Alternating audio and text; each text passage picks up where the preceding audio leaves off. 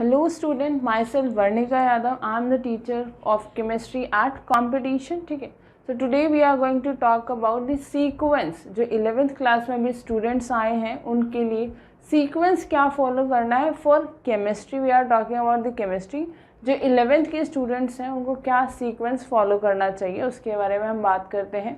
वैसे तो सबको लगता है कि sequence कोई भी आप follow कर सकते हो, ठीक है, बट कुछ चैप्टर्स एक दूसरे से रिलेट करते हैं. वो चैप्टर जो बेसिक कंसेप्ट है वो चीज़ हमें पहले पढ़नी होती है and after that we go to the higher level. ठीक है, तो ऑब्वियस सी बात है आपके पास एक सीक्वेंस होता है फॉर फॉलोइंग कि हमें कौन सा चैप्टर पहले कवर करना है, कौन सा बाद में कवर करना है. ये डाउट बहुत सारे बच्चों को भी रहता है कि कौन सा चैप्टर पहले करना चाहिए, कौन सा बाद में. तो basically we are going to talk about the sequence of chapters in chemistry. हम कैसे सीक्वेंस में फॉलो करते हैं. ठीक है, अच्छा, पहली बात तो ये कि 10th to 11th moving student है तो ऑब्वियसली आप 10th के अंदर एज अ साइंस सब्जेक्ट पढ़ते हो जिसमें आपकी सारी चीज़ें कवर होती है, physics, bio as well as chemistry. But 11th में आने के बाद आपको एक प्रॉपर डिवीज़न मिलता है for bio, chemistry as well as physics. ठीक है, तो केमिस्ट्री की अगर मैं बात करूँ तो केमिस्ट्री में भी प्रॉपर 3 डिविजन्स होते हैं. We have physical chemistry and inorganic chemistry as well as organic chemistry. तो हमें कौन सी चीज़ पहले पढ़नी चाहिए, क्या हम पूरी ऑर्गेनिक एक साथ कवर कर ले या फिर पूरी इनऑर्गेनिक एक बार कवर कर ले, तो ऐसा नहीं होता. एक प्रॉपर सीक्वेंस आपको फॉलो करना होता है. नाउ विल सी कि क्या सीक्वेंस हमें फॉलो करना होता है. ठीक है, तो अगर हम बात करें वी हैव बेसिकली केमिस्ट्री की अगर प्रॉपरली बात की जाए, we have chemistry is divided into 3 parts, that is basically inorganic. एक तो पार्ट है हमारे पास inorganic, second part we have is organic as well as physical chemistry. ठीक है, तो केमिस्ट्री ही ऑलरेडी 3 पार्ट में डिवाइडेड है, फिजिकल केमिस्ट्री. ठीक है, कौन कौन से चैप्टर किस किस में कवर होते हैं अगर हम एनसीईआरटी के अकॉर्डिंग देखें तो उसमें हमें सीक्वेंस ऐसा कुछ नहीं है कि इनऑर्गेनिक के एक साथ है या ऑर्गेनिक के एक साथ है. अनइक्वली ये होते हैं क्योंकि हमें उसी अकॉर्डिंग ही पढ़ना होता है. अगर हम 11th क्लास की बात करें तो हम कौन कौन से चैप्टर्स इनऑर्गेनिक केमिस्ट्री में कवर करेंगे. First we have is periodic table. First is periodic table that is for inorganic chemistry. Second we have is chemical bonding. Both are the chapter of inorganic. Next we have is s block and hydrogen. एक साथ ही chapter पढ़ाया जाता है. s block वैसे अलग है और एक हाइड्रोजन चैप्टर एक डिफरेंट चैप्टर है, हाइड्रोजन कंपाउंड्स. ठीक है, last we have is p block और यू कैन से बोरोन और कार्बन फैमिली का एक p block that contain boron and carbon family. ठीक है, ये सारे चैप्टर्स हम किस में, इनऑर्गेनिक में कवर करते हैं. क्या हम ये सीक्वेंस को फॉलो करते हैं? नहीं, बस now we are telling the division कैसे किया गया है. ठीक है, for physical chemistry we talk about first chapter is mole concept, that is base of physical chemistry, mole concept. First chapter is mole concept. Second हम पढ़ते हैं that is atomic structure.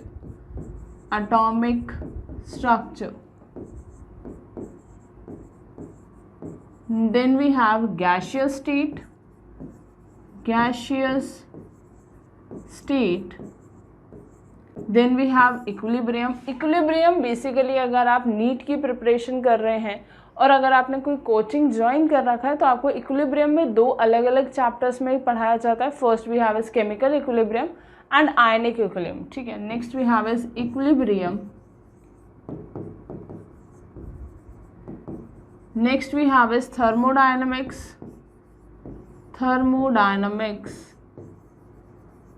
And thermochemistry.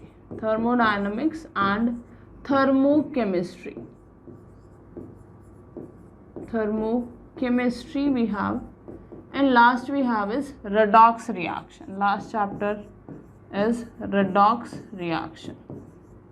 ठीक है, तो physical में ये chapters हम cover करते हैं. अगर हम ऑर्गेनिक की बात करें फॉर ऑर्गेनिक 11th के अंदर ऑर्गेनिक बहुत कम मतलब पार्ट होता है ऑर्गेनिक का in case of 11th। 12th में हम ऑर्गेनिक बहुत डिटेल में भी पढ़ते हैं। सबसे पहले तो हम कवर करते हैं, first we have is nomenclature, that is IUPAC nomenclature, ठीक है। Next we have is general organic chemistry, जिसको क्या बोला जाता है, GOC, जनरल ऑर्गेनिक केमिस्ट्री, ठीक है। Next we have is reaction mechanism. अगर NCERT का बेस बोला जाए तो ऐसे कोई चैप्टर आपको नहीं मिलता reaction mechanism. Then we have hydrocarbon, जिसमें हम हाइड्रोजन और कार्बन के ही बारे में बात करते हैं, hydrocarbon. And last we have is structural identification, structural identification and POC, identification and POC, that is practical organic chemistry. POC stand for practical organic chemistry. तो बेसिकली ये 3 पार्ट में अलग अलग ऐसे डिवाइड किया जाता है। अब अगर बात ये आती है कि हम कैसे सीक्वेंस फॉलो करें, ऐसा नहीं होता कि भाई हमने इनऑर्गेनिक पहले कवर कर ली, उसके बाद हमने ऑर्गेनिक कवर करी, उसके बाद हमने फिजिकल केमिस्ट्री कवर करी, ठीक है। ऐसे हम डिवीज़न नहीं करते हैं। वी जस्ट टेक इनऑर्गेनिक पढ़ते हैं, फिजिकल पढ़ते हैं और ऑर्गेनिक, तीनों साइमल्टेनियसली चैप्टर्स आपके चलते हैं, क्योंकि एक दूसरे से कई चैप्टर्स बहुत ही लिंक भी होते हैं, ठीक है। तो अगर हम सीक्वेंस की बात करें, this is a basic division of chemistry for 11th student, जो 10th से 11th मूविंग स्टूडेंट है उनके लिए अगर डिवीज़न की बात की जाए तो ऐसे हमारे पास 3 डिवीज़न होते हैं। Now we have the sequence, chapter sequence chemistry के अंदर कैसे पढ़े जाते हैं अगर हम नीट UG के लिए ही बात कर रहे हैं तो, ठीक है।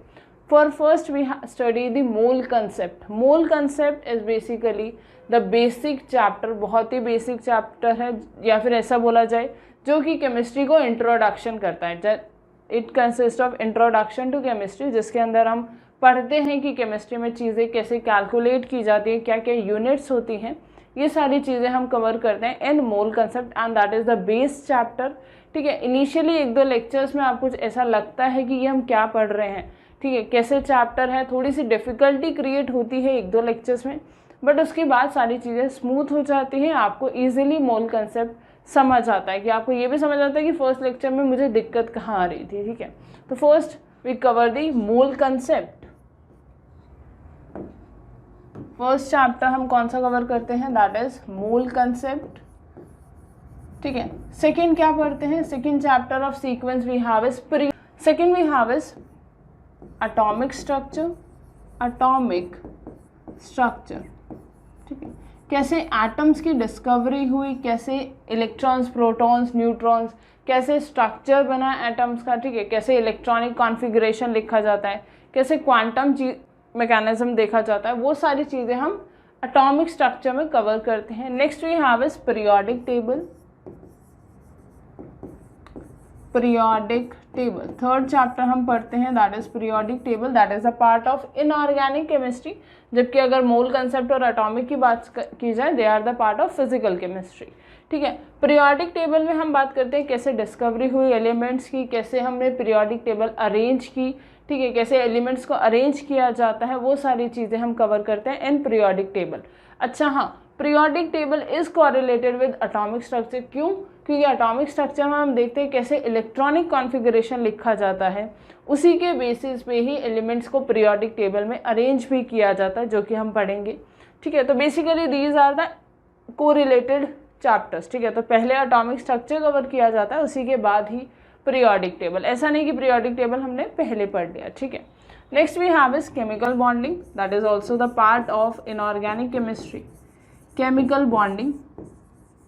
इनऑर्गेनिक केमिस्ट्री का अगर बेस की बात की जाए तो chemical bonding is a basic chapter और very very much important chapter, बहुत ही इंपॉर्टेंट चैप्टर भी है और बहुत ही बेस क्रिएट करता है फॉर इनऑर्गेनिक केमिस्ट्री, ठीक है। इसके बाद हम पढ़ते हैं दैट इज गैसियस स्टेट, और you can start with the organic, यहाँ इसके बाद हम ऑर्गेनिक भी स्टार्ट करते हैं आफ्टर केमिकल बॉन्डिंग, क्योंकि केमिकल बॉन्डिंग में एक चीज़ हम पढ़ेंगे हाइब्रिडाइजेशन, उसका कहीं ना कहीं ऑर्गेनिक केमिस्ट्री में भी यूज़ होता है। तो after chemical bonding will see the nomenclature of organic compound. Next we have is nomenclature, nomenclature of organic compounds, या फिर आयुपेक नोमेनक्लेचर भी चैप्टर का नेम है, दैट इज ऑर्गेनिक कंपाउंड। ठीक है, इसके बाद हम क्या कवर करते हैं, नेक्स्ट वी हैव इज, इसके बाद हम करते हैं that is general organic chemistry, GOC। GOC is the general organic chemistry after nomenclature, क्योंकि नोमेनक्लेचर सीखने के बाद ही हमें पता चलता अच्छा इस कंपाउंड को ये नेम दिया जाता है, that is base of nomenclature. उसके बाद हम GOC कवर करते हैं। Next will go with the gaseous state, 7th we go with the gaseous state. ठीक है, गैसियस स्टेट में हम गैसेस के बारे में पढ़ते हैं कि कैसे कैसे उनके प्रॉपर्टीज़ है, प्रेशर कैसे निकालते हैं, वॉल्यूम कैसे फाइंड आउट किया जाता है, temperature, these are the factor in gaseous state. ठीक है, इसके बाद हम बात करते हैं इक्विलिब्रियम चैप्टर, जो कि NCERT में as a equilibrium chapter basically ionic और केमिकल इक्विलिब्रियम को कंबाइंड फॉर्म में गिवन है, बट इंडिविजुअली हम पढ़ते हैं। First will study chemical equilibrium, उसी के बाद हम आयनिक इक्विलिब्रियम पढ़ते हैं। ठीक है, after gaseous state we see chemical equilibrium, chemical equilibrium. Next we study the ionic equilibrium, ionic equilibrium. ठीक है, अब इसके बाद कौन सा चैप्टर पढ़ते हैं, then we have thermodynamics and thermochemistry, that is also the part of physical chemistry and it is also important chapter. next last हम पढ़ते हैं 10th की अगर बात करें, that is thermodynamics and thermochemistry and thermochemistry। ठीक है, बोथ आर रिलेटेड चैप्टर, एक दूसरे से रिलेटेड ही हैं, थर्मोडायनामिक्स और थर्मोकेमिस्ट्री, इसीलिए इन दोनों को साथ पढ़ा जाता है। मतलब फर्स्ट वी स्टडी थर्मोडायनामिक्स, उसके बाद हम थर्मोकेमिस्ट्री पे आते हैं। ठीक है, इसके बाद हम फिर से इनऑर्गेनिक पे आ जाते हैं, that is we study S block, S block. ठीक है, या फिर S ब्लॉक से पहले वैसे हम वो भी पढ़ सकते हैं, that is hydrogen. S block and hydrogen एक साथ ही कवर किया जाता है, that is S block and hydrogen containing compounds and hydrogen।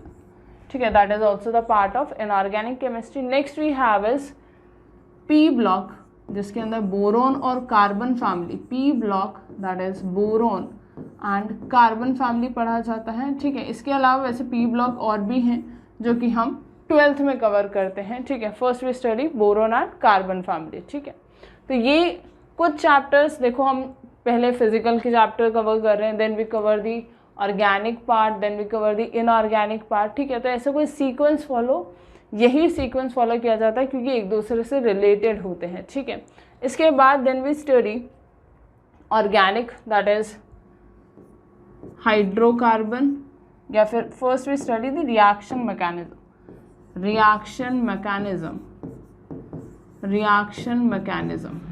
Mechanism भी बोला जाता है, जैसे कि GOC, that is the general organic part, and reaction mechanism are the most basic chapters of organic chemistry. जैसे हम बोल भी रहे हैं, ऑर्गेनिक 11th में कम कवर की जाती है, 12th में ज़्यादा। तो 12th का जो बेस है वो 11th से ही आता है, from GOC as well as reaction mechanism. ठीक है, next will study the hydrocarbon,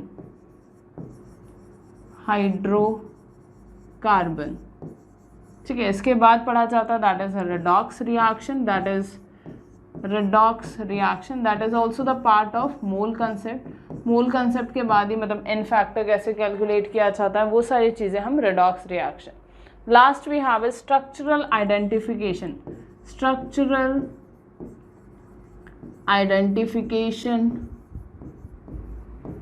and POC, structural identification and practical organic, POC stand for practical organic chemistry, कि कैसे हम अगर ऑर्गेनिक केमिस्ट्री में कैसे स्ट्रक्चर्स को आइडेंटिफाई करते हैं, वो सारी चीज़ें हम इस चैप्टर में पढ़ते हैं।